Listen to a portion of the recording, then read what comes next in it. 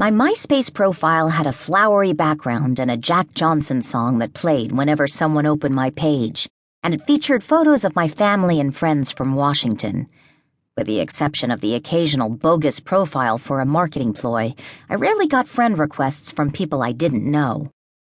On a lazy morning in November, not long after my last conversation with Daniel about his heiress friend, I logged into MySpace to find a new friend request from someone under the username Royal Princess 007.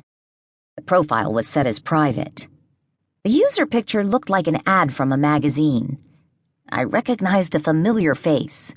It was a young Asian woman modeling in a black tank top and holding up a hand to touch her windblown hair. She wore makeup with shades of pink and deep purple, and 2 beauty marks were barely visible against her porcelain skin, one on her cheek and one next to her pouted pastel lips. I accepted the friend request and opened up the profile belonging to Lisette Lee.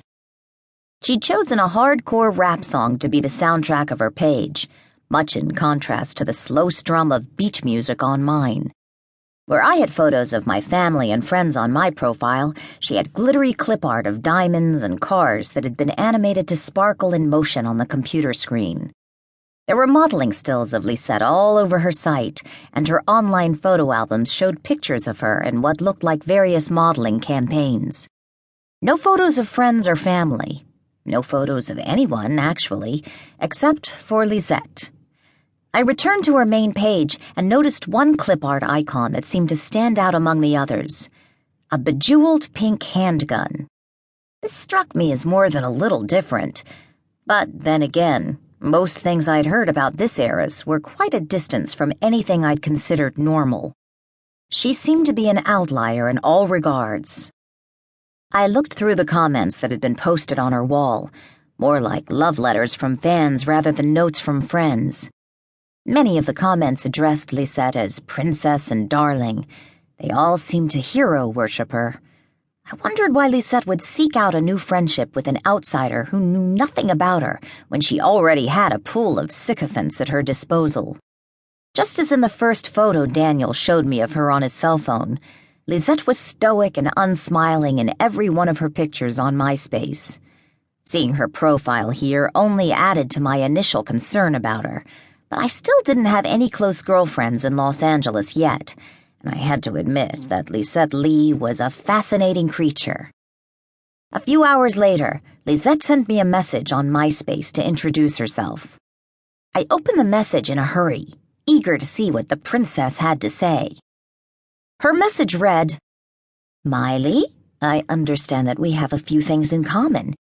We share Daniel as a dear friend, and I believe that we also share a desire to spend time with someone who isn't typical of this godforsaken town. In that, you and I apparently share common sense.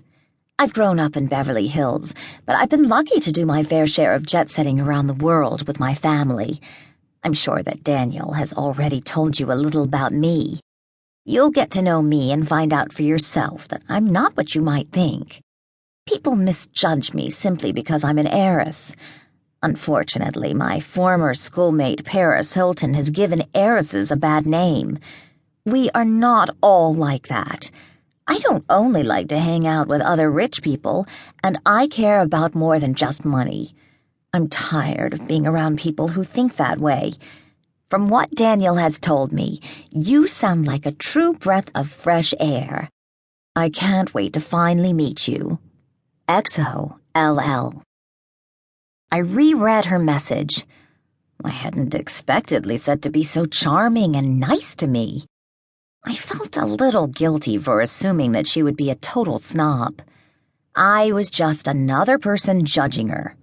I told myself that I ought to be more open-minded. How could I expect to make genuine friendships here if I didn't give people a chance? I wrote her back, and she suggested that we go shopping together. I was slightly anxious at the thought of going to Rodeo Drive to watch her drop thousands of dollars on designer clothing, while I wondered if I'd have enough money to buy a latte if we stopped for lunch. But I was excited to meet Lisette and willing to do so on her terms.